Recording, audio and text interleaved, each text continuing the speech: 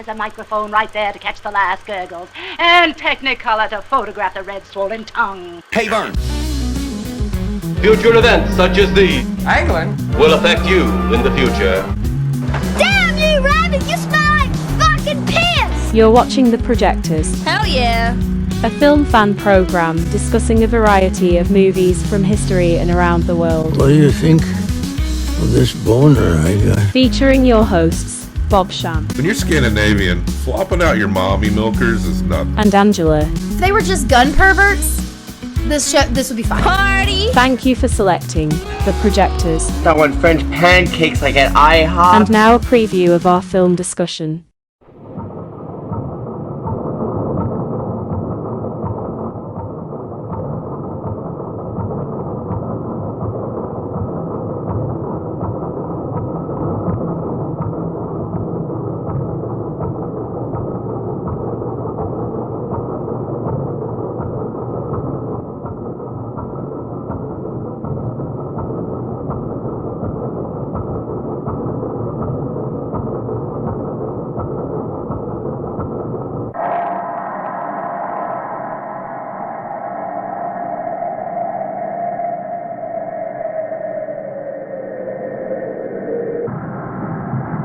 Happy New Year, everybody.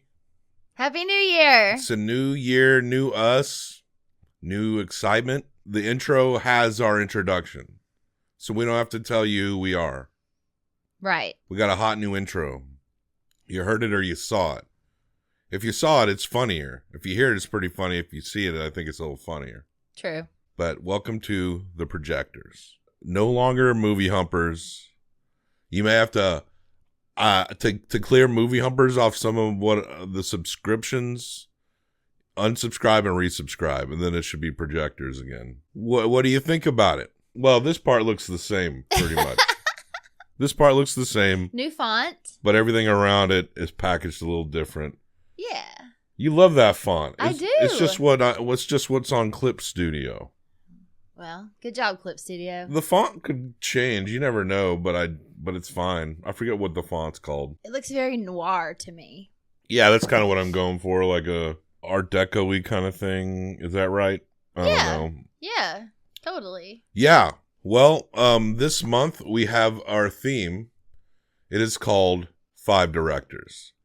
And it's like every week it's its own special theme under the greater theme of 5 Directors.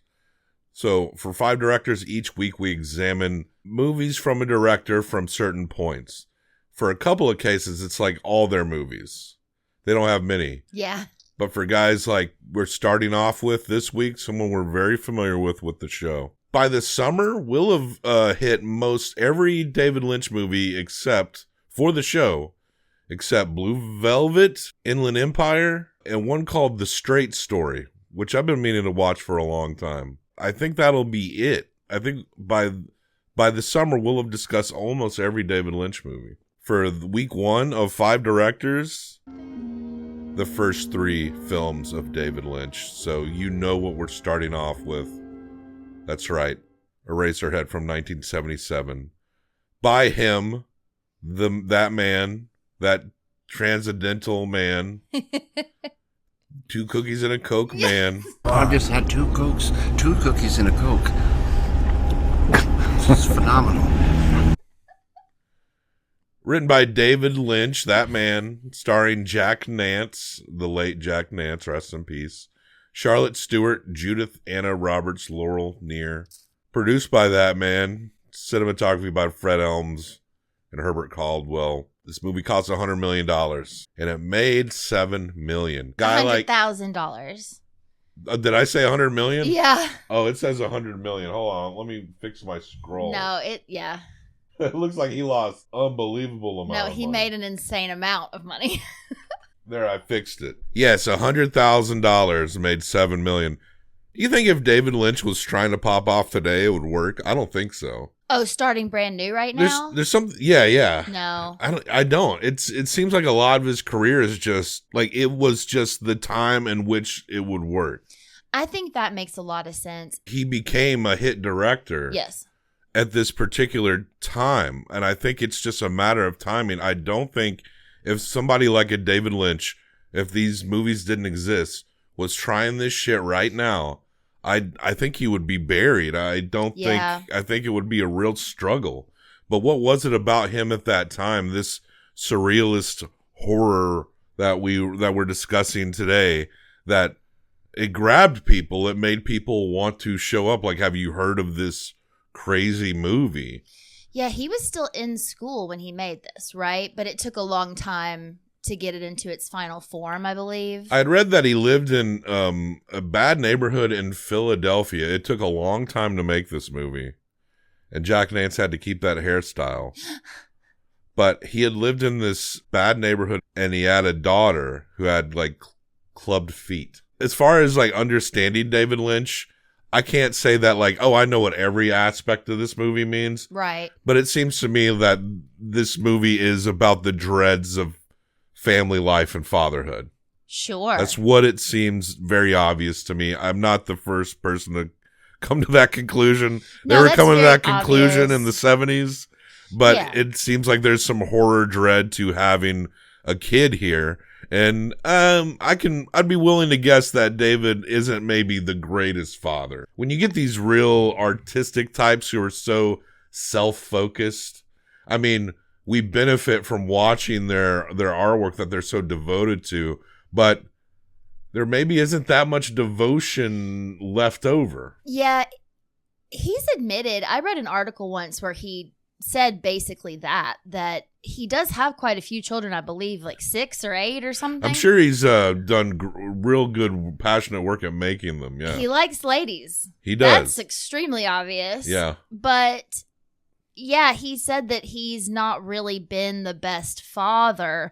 One thing, though, that he's given all his children, transcendental meditation. Oh, well, that's good. That'll be $5,000 a session. There you go. For the introductory session. I do think in addition to it being a fear of fatherhood, in general, there's a fear of, even if you want a child, which in this case, they didn't know, it was not planned. It was unintentional. But even if you want a child, you don't know what kind of child you're going to get. You don't know how that child's going to be. You don't know if they're going to have issues, if you're going to feel anything for them, if they're going to love you. There's all these fears that go into thinking about being a parent. We're not parents, but that is something that I have thought about in the past. Like, if you have a kid, you never know. Yeah.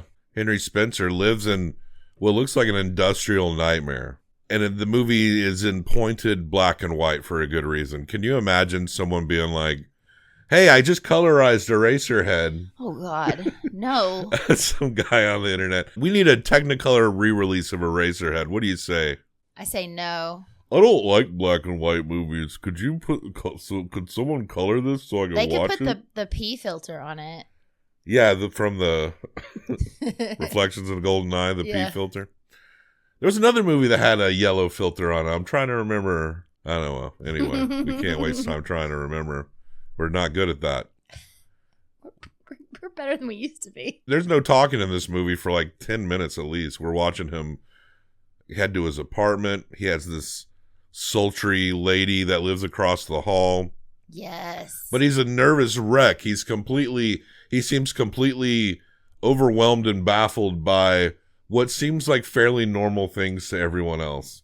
He has been invited to go eat with this lady, Mary. And her family, her parents. And when he arrives, it's come to find out that there is a baby. They just say that there's a baby. It's already here and it's at the hospital, right? Yes, and they can't go get the baby from the hospital until they're married. And Mary says, they're still not sure it is a baby. It's premature, but there's a baby. They don't even know yet if it's a baby, which immediately is intrigued. And he does say, this whole scene is so bizarre. It's so interesting to me that David Lynch already had this well-formed idea of how he wanted these things to look, and the absurdity and the awkwardness that he infuses into everything that he does is very loud in this. Yeah. And It's less in some movies, way more in others. There's a lot of things in this movie that reminded me of the new later season of Twin Peaks. But in this scene at the family, he comes in, he's never met these people before. You know that they've broken up because he pulls out a picture of Mary that he's ripped in two and looks at before he goes. And he gets there, and the dinner's very awkward. Mary and her mother are very weird and cold. And then the dad comes out, and he's too happy. Too nice. He's smiling like this from ear to ear, too much, like it's plastered on, to the point where Mary and her mother are both like, what are you doing? Go away. But he just keeps coming back and just smiling and trying so hard to engage with the mother's the Henry. opposite. The mother's completely stressed, and Mary is too. The mother talks to Henry by himself. And she's just saying, did you have sexual intercourse with my right, daughter? That's what it was. I love Mary. Henry, I asked you if you and Mary had sexual intercourse. Well, I don't think that's any of your business. Henry. I'm sorry.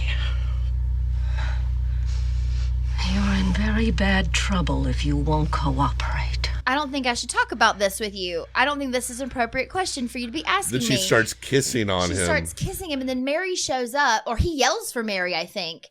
Mary shows up and gets mad, and then he finds out about the baby, and he says to her, it hasn't been long enough.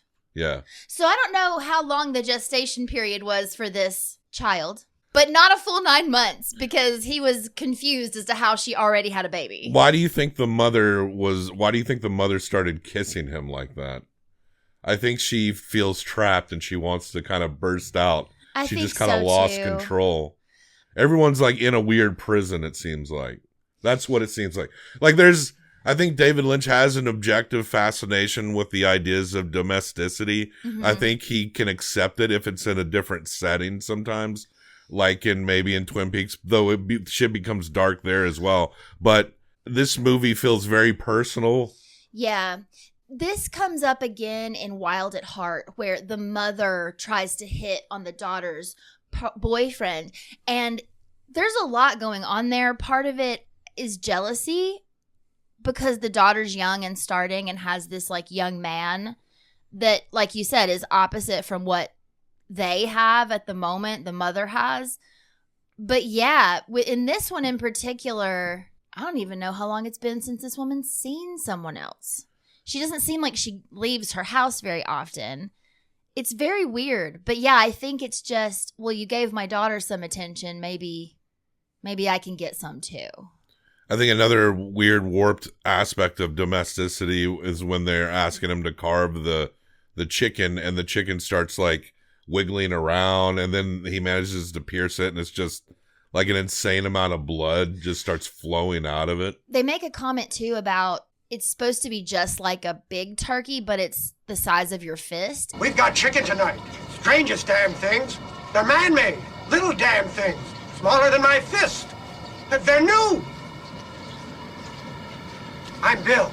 And he's got a bunch of them on a platter and talking about how it's the new thing that they've come up with. You know, it's not, I mean, I'm sure you could really have, what is it? Do people eat like Cornish hens or something? But you don't get that idea. They try to say like, this is a small chicken. We do get to the baby, he and Mary sharing the spot with the baby. And the baby looks like, what does the baby look like? The baby looks like a very wet baby E.T. from E.T. the extraterrestrial, not just an alien, I think. This poor baby. I felt so bad for this baby. This weird, freaky baby. You would have adopted this baby and taken it in. Yes, this baby was breaking my heart because the baby is laying on a dresser, has a pillow under its head, but they are not touching it. The first time we see it, Mary's trying to feed the baby food, but the baby is spitting everything out. The baby doesn't want the baby food. And he's just, I'm assuming it's a he, I don't know why, just crying and crying. She calls it. Yeah.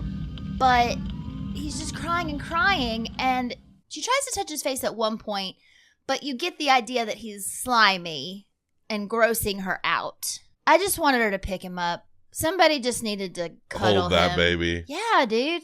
Well, the baby keeps crying, and she's like, I can't sleep, and she just leaves. Yeah, she's like, I'm going home. So he does seem to try to put in some effort, but he just seems constantly overwhelmed. And so the scene's cut to where she comes and goes, but she's just completely, everyone's just kind of dead inside, and he's just like a fumbling dude. There's something about the radiator. Like, there's a lady that lives in the radiator, and I think it represents an escapism for him. I think it does too. And when we first see her, we go into the radiator, and she's dancing around, and there's like these sperm thing. And we first see the sperm thing when we see like a planetoid at the very beginning, and then we see Harry's face like double imposed or whatever, and then he opens his mouth, and then like a weird sperm thing comes out, and that represents him impregnating. And the sperm thing, it does look like a spermatozoa or whatever, but it's like a foot long. It's like big. We see that then, but yeah, when she's dancing, and her dancing, she's so cute. I love her so much. With the big weird cheeks. She does have big weird cheeks. It's so bizarre. From where I'm sitting over here and looking at the image above my head, it looks as though she has huge, bushy, like, chops. Yeah. Because her face is not smooth, but she has these, like, chipmunk cheeks. Yeah. I love her. Like she's storing nuts or something. Yeah. The thing, too, about this is his apartment is crazy. He's got, like, piles of dirt places that are growing plants, and there's, like, dead plants. But, yeah, he comes into his apartment. Even when Mary's there with the baby, the first thing he does is lay down on the bed. He, like, weirdly crawls onto the bed in this, like, bizarre fashion that he does. And then he just gets his head down and stares at the radiator. And, yeah, he's fantasizing about this lady in the radiator. And she's doing, like, a step routine, but these fetuses are raining down, and she's stepping on them. The sperm things, yeah. The sperm things, and she's stepping on them.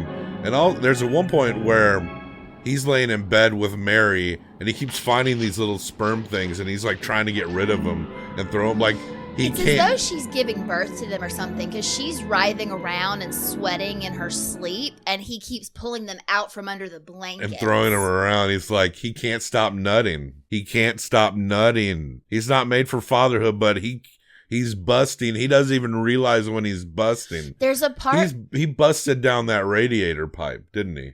He busted into the radiator. I guess that's what was falling all over her.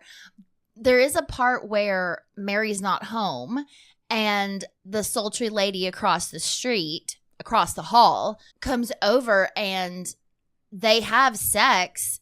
And in that moment, the bed turns into like a jacuzzi. Yeah. They are sinking into the bed in this water, and the baby is on the table, but she doesn't seem to notice the baby until they're fucking already. And he has to be like, no, focus on what we're doing. Don't look at the screaming alien child on the dresser. Mm-hmm. It's very bizarre, but I love it. So this poor baby, they're just can't get that love. All it needs is a little love. It's going to grow up to be an ET looking thing. But he's feeling so overwhelmed. He's feeling that he has no one to help him, because Mary has essentially moved back in with her parents at this point, and he's alone with this kid who they never give a name to. Again, they call it It. He has another vision. The lady in the radiator then sings. This is a pretty infamous song from this movie. In heaven, everything is fine. In heaven, everything is fine. In heaven, everything is fine. You got your good things, and I've got mine. And I think it's sung by David Lynch himself. I'm pretty sure. But it's called In Heaven. If you're a Pixies fan, I think they did a cover of this song as well. I know it's a male that sings it, but I didn't think it was Lynch. I was pretty sure it was him. At some point, he's dreaming and his head pops off.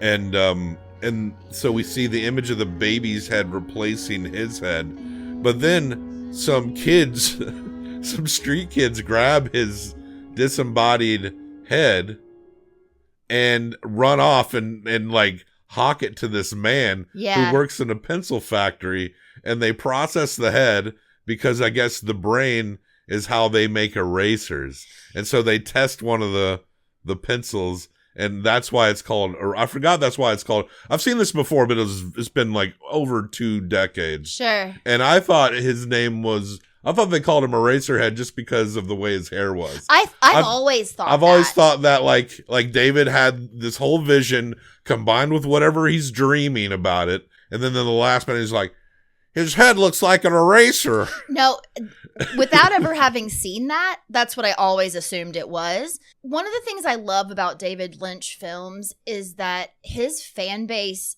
does not spoil his movies for other people. Are these spoilable movies? Well, maybe not, but I never knew about the baby.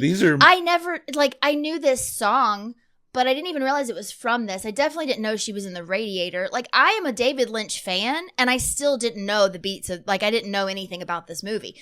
But to clarify, In Heaven was written by Peter Ivers and David Lynch. Peter wrote the music, Lynch wrote the lyrics, Peter Ivers performed it. Wow. David's voice is a little high pitched too. I always assumed that he sung it. But no. I always assumed this is all a dream. And when he goes to find comfort in the lady across the hall, the lady is with a guy with this spot on his face. I love these like weird random characters in Lynch movies that have these bizarre little details, right? But this woman is with him, and the lady seems disgusted to see him. So now it's just Henry left with this baby. Yeah, he's been abandoned by both the women. So he decides to take off its band. It's wrapped in these bandages the whole time, and he cuts through it. But the bandages end up being like its skin, essentially. The way it opens, it's as though you're opening a cocoon, and either the bandages are holding everything together, or the skin is stuck to the bandages, and as you cut the bandages, it cuts open the baby. But yeah, it opens up, and all of its organs are just there. And then he decides to cut into the organs, thus killing the baby. Oh, there's a really creepy bit before this, which I think leads into his wanting to kill it, or maybe thinking it was something evil. He sees like a giant vision of it. Well, right? The baby starts laughing at him.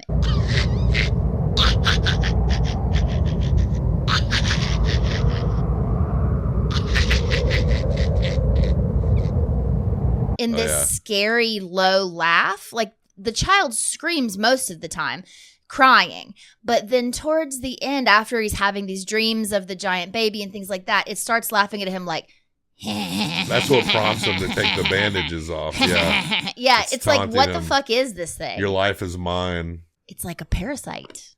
And so, yeah, then he takes it off and he cuts the organs. And he has these, the power gets weird. He has a vision that the child is like gigantic. So you see all these props and stuff. But he just, and we see more of the planetoid, which breaks apart. That planetoid that, I don't know, might represent isolation or something. David Lynch famously never explains his movies, nor should he. But I feel like 80% of this movie I can't explain, though. The thing about the planet also is, and I did read on this, there's a man who has these sores all over that is in control of these levers, and the baby at one point gets these sores all over. Yeah. I read that the idea, and I don't know if this is from Lynch, but probably the not, idea is that he doesn't explain anything. The man is inside of the planet, and when he's moving those things, he's controlling the planet. I don't know. It seemed like he was just in the apartment building. Like he's the carrier of what the kid later acquires. Oh, potentially. He's sitting by a window. It just looked like the place where they were at. I did feel as though he was watching this scene and having some sort of control over what was happening. Because it almost seemed as though when he pulled these levers was when Henry's life went crazy. The movie pretty much ends. The movie ends in him going into his fantasy, into his escape, into the radiator where he embraces the lady in the radiator. He doesn't have a kid anymore because he killed it. So he doesn't have to be a mediocre father anymore. Now he's just a killer. Yeah, and you could say he's gone mad and he's now just living in his fantasy. When I first watched it, I thought maybe he had died, but I don't think that anymore. I do think he's just escaped into his fantasy. David Lynch has been quoted, he like you said, famously does not explain himself, but he has said that this is his most spiritual film. And that makes sense because there is a lot of who am I, what am I doing, what is my purpose? I feel kind of bad to think because apparently in interviews, his daughter has clarified that this movie is probably very inspired by him having her and them being trying to be a small family that didn't work out in a bad area of Philadelphia where they didn't have a lot of money. He grew up in the Pacific Northwest and he's in this more urban decay environment that influenced this movie. And I kind of feel bad for the kids because like you can tell, I had a daughter with a club foot and I'm going to make this movie about a little alien kid that I cannot connect with a guy who has crazy hair like me. Like this is he seems like the most stand-in for the director than any movie we've seen, Yeah, for sure. Everything seems a lot more objective, like more personal in how it's coming from what he envisions. I think there are things that he does control, but things that he just kind of lets out. Yes. But this one feels very personal. It just, you can kind of see it more one-to-one than any other Lynch movie, but also made in this way that is very precise and very impressive. Yes. Like it is a very nice looking movie, but I just kind of feel bad. But they're all into transcendental meditation now, so everything's fine. Everything's fine. Eraserhead, 1977, 1 through 5 each combined for best out of 10. I'm going to give Eraserhead a 4.25. I'm going to give it a 4.5. All right, so that is an 8.75 for Eraserhead. You'll love how this works out. The movie Eraserhead shares the 8.75 rankings with movies like E.T. the Extraterrestrial, Denis Villeneuve's Dune, which we're going to talk about his Dune in a couple days. Yeah, Lynch's Dune. And then other movies like Alphaville, The First Hellraiser, L'Atalante, Leaving Las Vegas. Oppenheimer got an 8.75. This is the perfect place for this movie to live. And there you go. A very impressive debut film. I know he worked on short films leading up to this, but the execution of ideas and the way everything looks for a guy who's just getting it out there for $100,000, turned it into $7 million. This is an impressive feat for anyone's first full-length film. So, and there's a reason why it's still beloved to this day. Now tomorrow we discuss David Lynch's The Elephant Man, which is one of the few that I've never seen.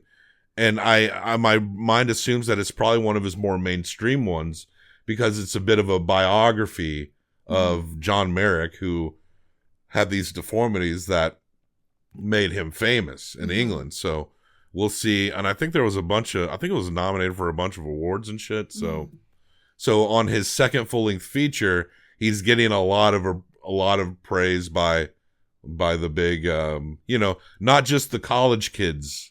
Yeah. And now, like big wig things are coming out and be like, wow, this is a pretty amazing movie. John Hurt, Anthony Hopkins is in it. So, come back to us tomorrow. We'll discuss The Elephant Man. What's our sign off for David Lynch? 2 cookies and a Coke. Thank you for watching The Projectors. Click the subscribe button if you haven't already done so. We are available on YouTube and podcast.